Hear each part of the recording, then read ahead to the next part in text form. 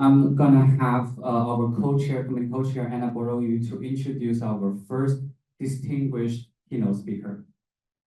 Hello, everyone.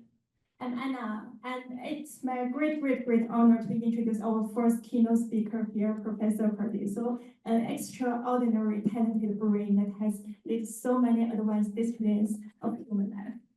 Joseph Paradiso is an Alexander Dreyfus professor in media arts and science at the MIT Media Lab, where he directs the Responsive Environment Group.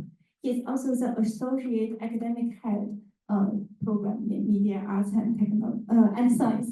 Professor Paradiso received his PhD in physics from MIT in 1981, a BSEE from Tufts University in 1977, and joined the Media Lab in 1994.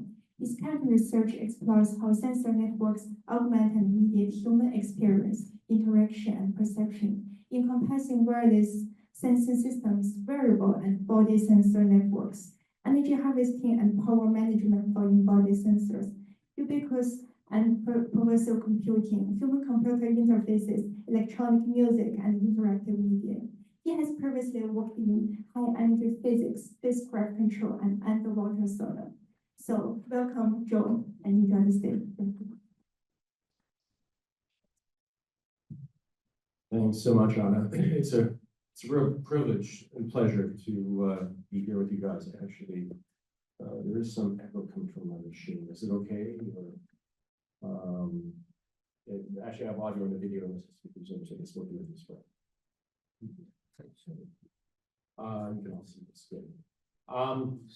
It's really a special thing to be here in this room talking about this stuff with you guys, because electronic media certainly has been in the Media Lab, and saves everything that's to come. But going back to the days of film and video, it's all changing. You had Ricky Leacock here, and of course, Mariana Davenport, a close friend of mine. I worked with him, built up a group doing interactive cinema. At the point when we were just beginning to think about non-linear video, just beginning to think about film and video moving onto a computer. When this guy started, it wasn't possible.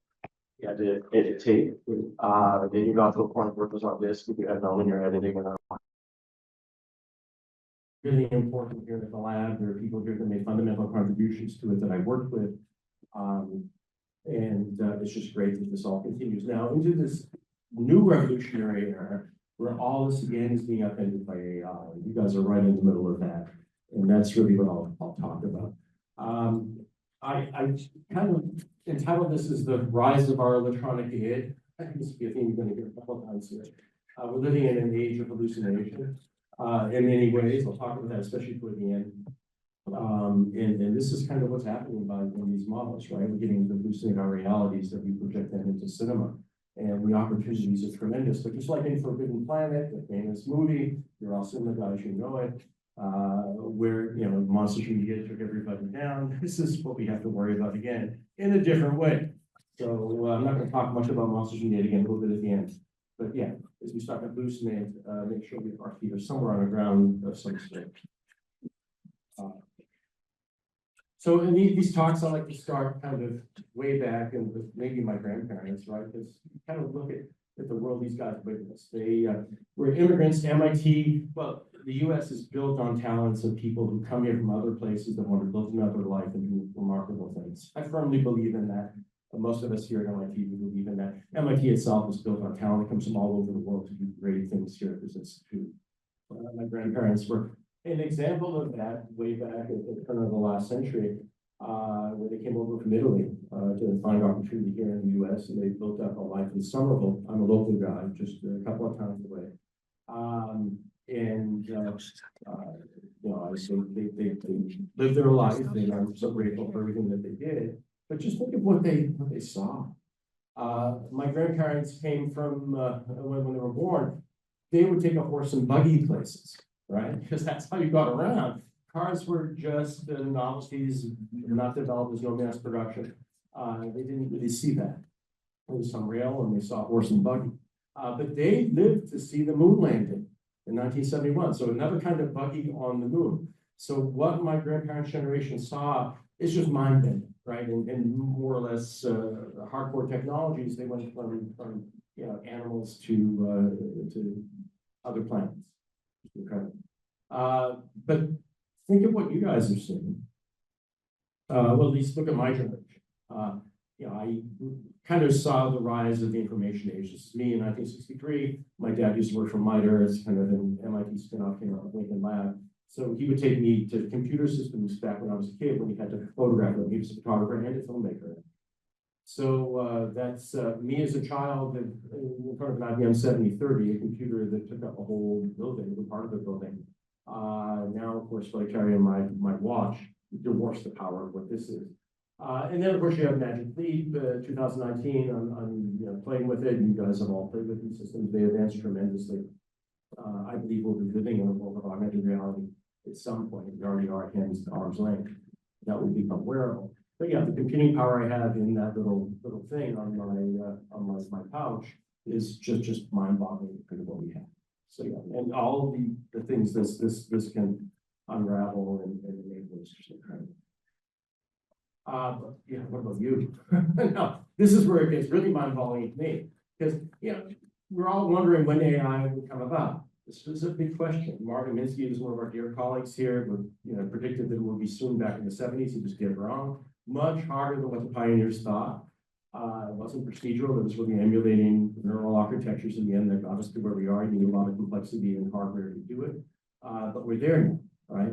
And once we're there, things change really fast. So you guys are going to see changes in so many different ways, and AI is, I think, front and center, and so many of them are going to roll out. So it's very scary, but it's also just fascinating and encouraging. There's so much opportunity. So I tend to be an optimist, even though we all are tempered by things that have come up. I think there's just so many good things to do. So this is a newspaper article that I found in my dad's archives. They showed that, I think, in Lincoln Lab in some presentation. But Norbert Wiener is one of the real pioneers of a lot of what we talk about. Really, he invented the field of cybernetics, talking about humans and machines will kind of interact in different ways. So this is in 1949, headline of a somewhat notorious Boston paper at the time. It still is notorious. But yeah, it's talking about already thinking machines replacing people. And back then it was more manufacturing jobs. No, they've kind of come from the creative and the white collar industries in a way. Those are the ones that will be on the threat now. Although do you see this threat or not? And this is, I think, where we like to look at it at the Media Lab. We see it not as replacing people, but extending, right? So this is, I think, really in front and foremost of most of us. AI gives us a platform we can stand up on and do more than we could do before. What new worlds can we go to? What new things can we do? How can we extend humans? Not replace them, but extend them, make them better than they are. Better, of course, is a loaded word, but I think there's a better life in there somewhere. So this is really what we aspire to. So going to some simple examples. These are the first one will be a little bit trivial, but then we'll get into some of the stuff I'm doing with research here. I love music. Some of you guys know it. I've got 25,000 albums, a lot of them on CD I've written myself. This is an example around the K's, bands I like. Some of you may recognize some of them. And I've always wondered, how can I visualize this in a really interesting way? It's a huge collection. So this is just a screenshot from like iTunes or something. Of course, in the early days of AI imagery, I basically thought, why don't I have, we have these old galleries from a couple of centuries ago. There are so many great paintings that show this, even from the Renaissance on. Can maybe have my albums look something like this? So of course we have Midjourney. I can give this as an example, or I can describe this. I can give it my albums as another example. Let's say try to render. It's already in 2023. I got things like this. Not so unusual. I used it actually for covers of CDs of compilations that I made myself. But it's hallucinating something like that. Different variations on it. Just so much fun. And then I would go further. I love space rock, and someday I will make a space rock album, I guarantee. But can I look at an image but with space helmets in the paintings? It's so easy to do now with prompts, and lo and behold, they get stuff that's cool, and now it's way cooler. But now we're living in a world where this isn't just static imagery. These are whole worlds that are synthesized. And this is another example. I taught a class before Shinichi and Duncan Bland. Daniel Phillips was actually one of our main TAs, so I think he was working with you guys in the conference. I use it to make the poster for the class. So right away, it's great. Mid-train's getting kind of tired, but man, what you could do then was just incredible. Still was good. But now, some of you guys, I'm sure know this. This is just one example. It crossed my social media feeds. I've been fascinated with a guy named Frederick Johnson. This is an example of the AI imagery he's doing. This is a new surrealism. This is vivid. This is captivating for me. This is something like I haven't seen before. I'm wondering how in the hell do you incarnate stuff like this? The prompts, the examples you give, but in the work you have to do to hone it. But you get something that's incredible. Just a few years ago, we had to make detailed 3D models, work on all the textures, do an enormous amount of work to get even close to this. Now it's a hallucination that comes through a guided journey, a guided prompt. And you know, the work is incredible in terms of what it does. There were many, many people working this. This is one example again. But how I found this is through social media. That's an AI pushing the material to me. So AIs don't only hallucinate the content, they put it into our hands. They push it into our screens. So at all levels, distribution, generation, AI is playing a huge role, and it's just fascinating. And this is just the beginning. It's a baby steps. Go another 3 years. There's no narrative really in these things. A bunch of images to come one to the other. That's all going to explode too. So this industry is going to change. You know. So going back to me, I loved science and technology. As you know, I grew up in Somerville, not too far away. I always loved electronic sensors. I still do them, but I always liked music. It's so important to me. You know, I like visuals. I do photography. Like I was a photographer, filmmaker. Big influence on me. But for me, music is the thing I really, really do love. So I've been collecting music all my life now. It's just gotten out of control. I'm still love it. Shuffle play. Makes you want to get more music. There. You keep discovering in your own collection. Oh, I just in Zurich last year. And I loved electronic music. I loved electronics, so I decided to build my own synthesizer. I learned in the 70s how to do electronics by building my own.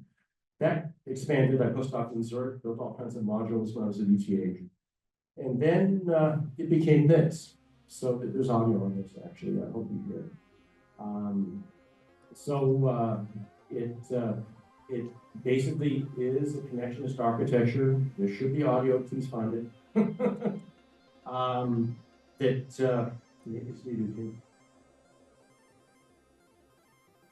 Yep. If you hear it on the Zoom,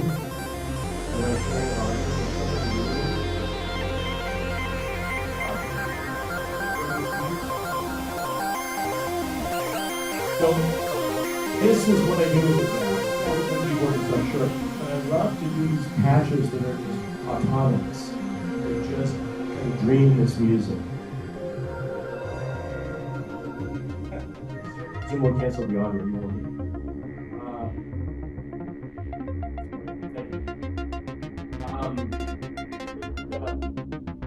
It's going through these modes, changing what it's doing, it's evolving. I did this patch in Edmonton Museum more than a decade ago. It's streamed around the world, and it's just dreaming up this music as it goes. This is what is really a connected architecture. We made it together with logic gates, with lots of stuff like this.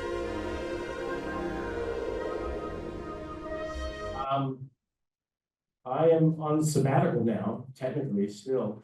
I brought all this into my basement. This is my basement studio now, and I still do pieces. This is the piece I did a year ago.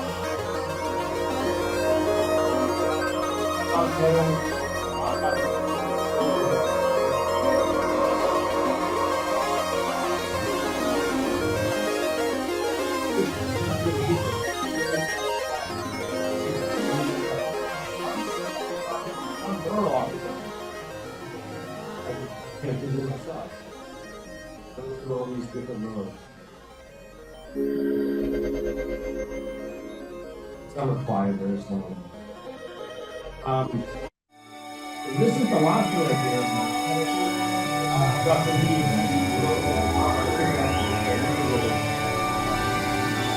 drone. Getting this nice drone that changes and this massive factor. 1,000 back.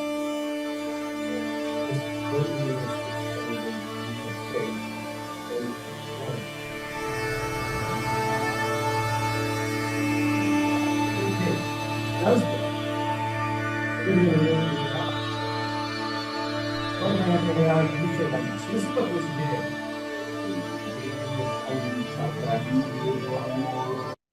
We're living in an, everyone take the cash flows out and all of that. We're living in an age where I can use this as an example, go into AI and have it change. So using Suno and Udio, the well-known platforms, for example. This is from Suno, and it's.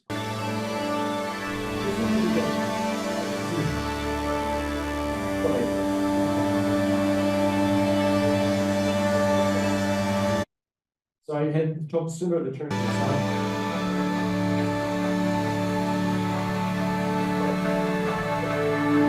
Now it's turning into some kind of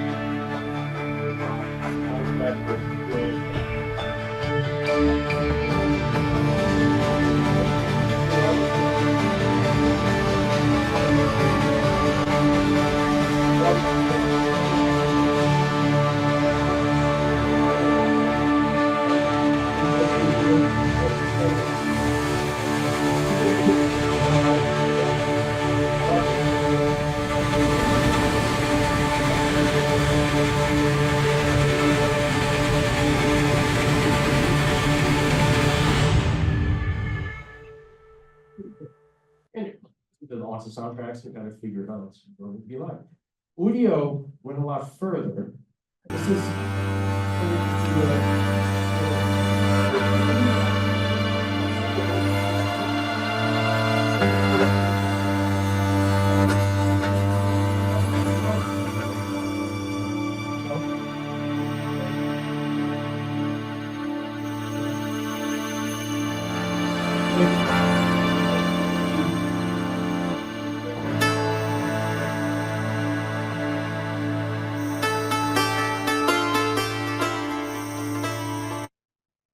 This is inspiring me. I would take this as an addition to somewhere else. This is something called Travis.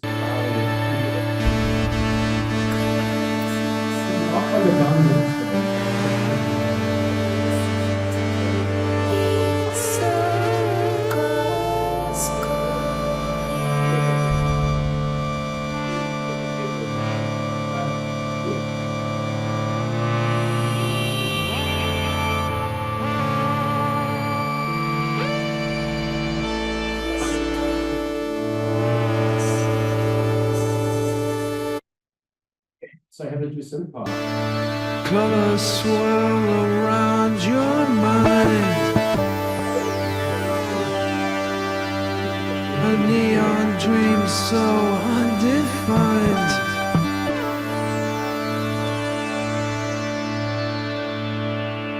Chasing shadows in the night. Feel the warmth but fraught with price.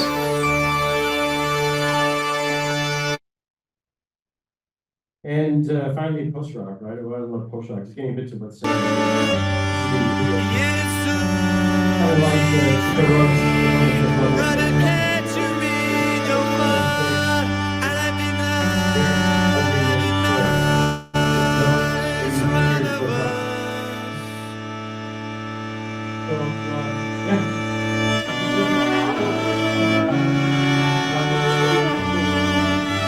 I started as an artist using AI to extend it. Okay, so already this isn't replacing me as a musician. It's taking something I did, putting it in a different place. I could work with that or go back with other musicians and work it. I think it's a whole other layer of creative endeavor that could be built on. Going further, what about so on this very stage, back about a year and a quarter ago, we had a concert with Jordan Brutus, who's one of the best known keyboardists in the world. Any of you know Dream Theater or Jordan's work? Some of you, yeah, a few of you raise your hands. He's a multiple Grammy winner. He was trained as a child prodigy at Juilliard, but then went to play rock. So he's got classical discipline, always voted by many venues the best keyboardist alive today, at least in kind of a rock or jazz kind of venue. And he loves AI, he's fascinated with technology. We started a collaboration with him to look at what AI can do, extending the performance of a virtuoso. So if we can get Jordan working with an AI model, it can extend what Jordan does.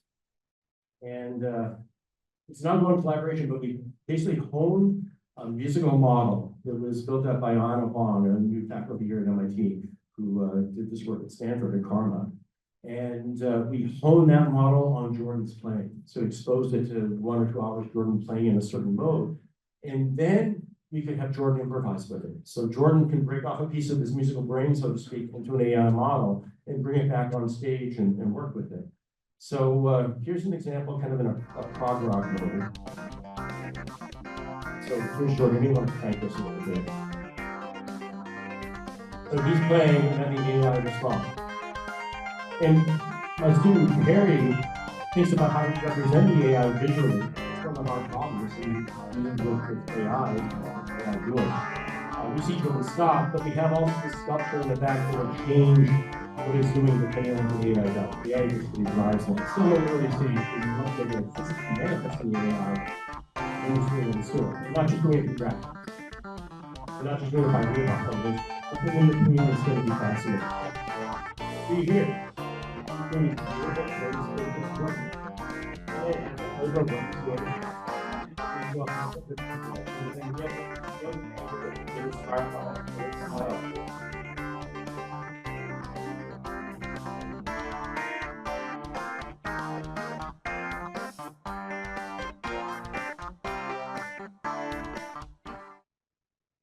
So we were just at NAMM a few weeks ago, the big music conference, the massive music fair in LA, where all the music manufacturers are and all the musicians, and it's a zoo. It's a fun zoo. And we gave a live demo of Jordan playing a few different modes. So here's Jordan playing a Baroque music, where he's making a kind of a Baroque style, and the answer is great. It will answer that. Not just their growth, how important it is.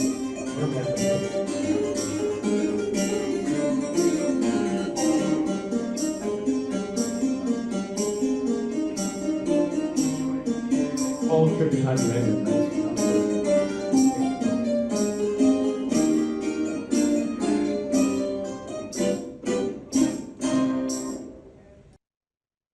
This is a lead model where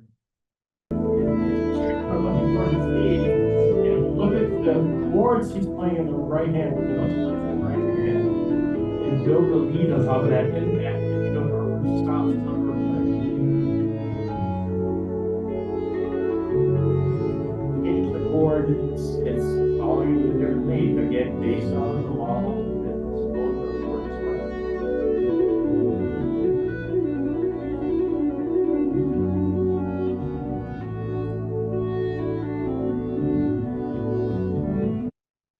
This is a model that has a trail chord. And then you come up with a chord first best with the notes you play. He's not picking a chord, the AI is based on the training we created with lots of examples.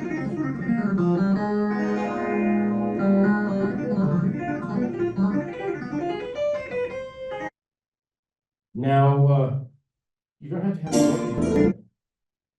can have someone like me play it. I'm not nearly as good a player as Jordan. I'm universe away from his ability, but I can play a bit. So now I have Jordan at my disposal. This is the one where it plays a chord. I can play a lead, and let's have Jordan play the chord. My style's very different from his.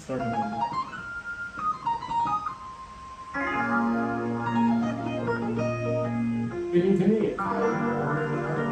It's the C minor at E.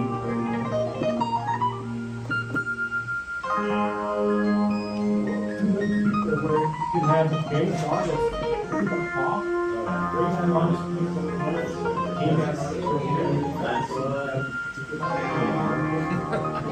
ideally, we need to get that artist paid,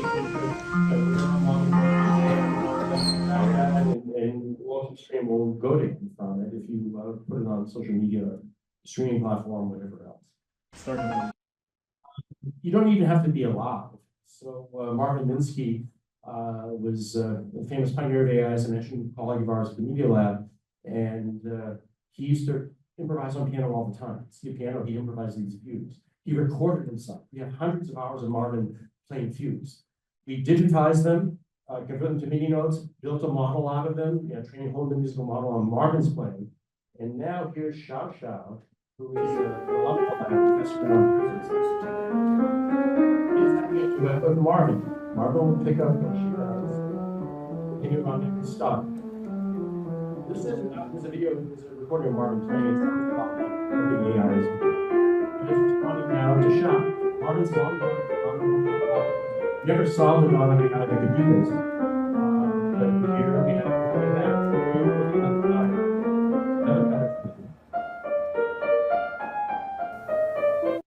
so it's an incredible future, right? So many things from pedagogy all the way to performance. It's a new concept of sampling. You don't sample the audio. People always ask about sampling in audio forms because no, you actually sample the artist's soul in some sense, right? So this is a new word.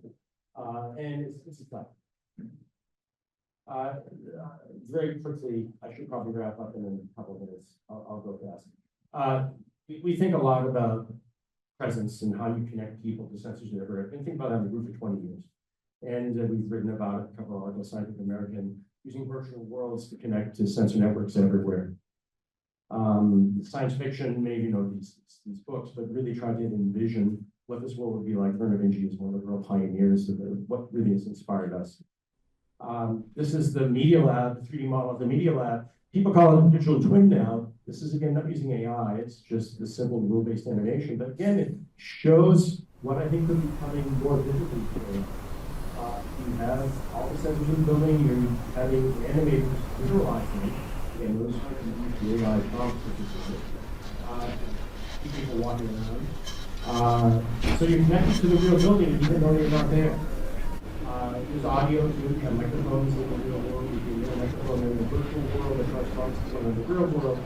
Sound is taking the lab and you store the more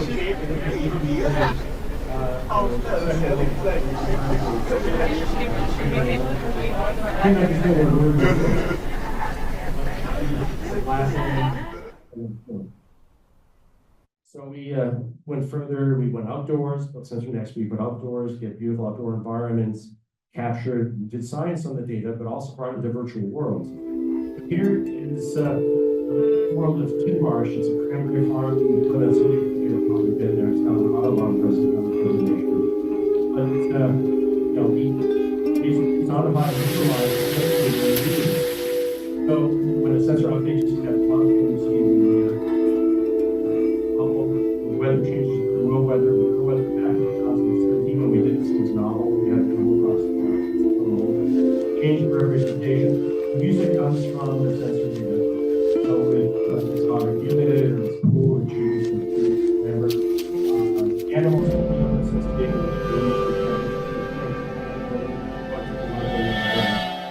The different thing comes so if you're close to the sensor, composers and artists bring the verbal back up into our eyes and ears. It's a way to enhance our connection to the world. Lastly, we're interested in space. This is a place where AI, I think, is going to play a big role for space in many, many ways. But delay, you have assets that could be at different places on Mars, on the moon, asteroids, who knows what. You have to control and integrate this data in multiple mission control centers, be in many different places with different delays. How do you represent that? I think you represent it as a projection. AI will be working on that and presenting those. Models will predict and represent what could be. Here we're looking at a range of possibilities for a rover. So, and then they converge to reality as you go. But there's a lot of discussion about this. I think working with uncertainty and delay with AI models and visualizations is going to be incredible. So I'm done. Eventually we'll get to a point when we'll have the direct connection. So this recording world will literally be that. There's a lot to do. So making a better connection with reality, immersion, and peripheral awareness. I think this is a big one. We're all about extending the brain beyond what it gets. So if it's self-stop and other begin, it's already a problem. It's going to be more of an issue.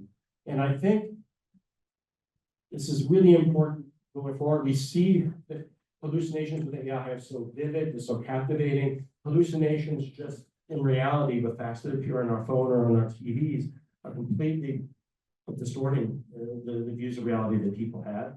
It's kind of a fireside theater said back in the 70s, what is reality? Right? It's really poignant now. But there is an objective reality. I think it's so important to think of a way of grounding these things so they don't hallucinate.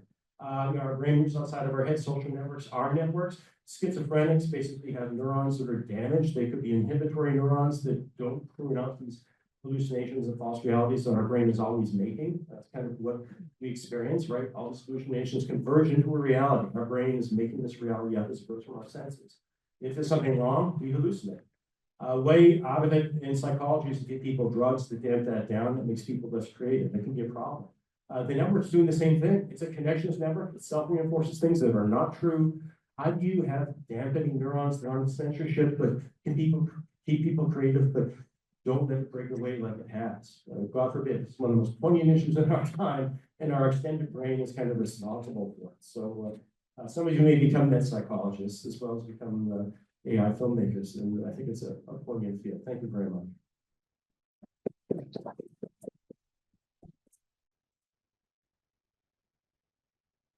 If you like, I'm sorry to go a bit long there.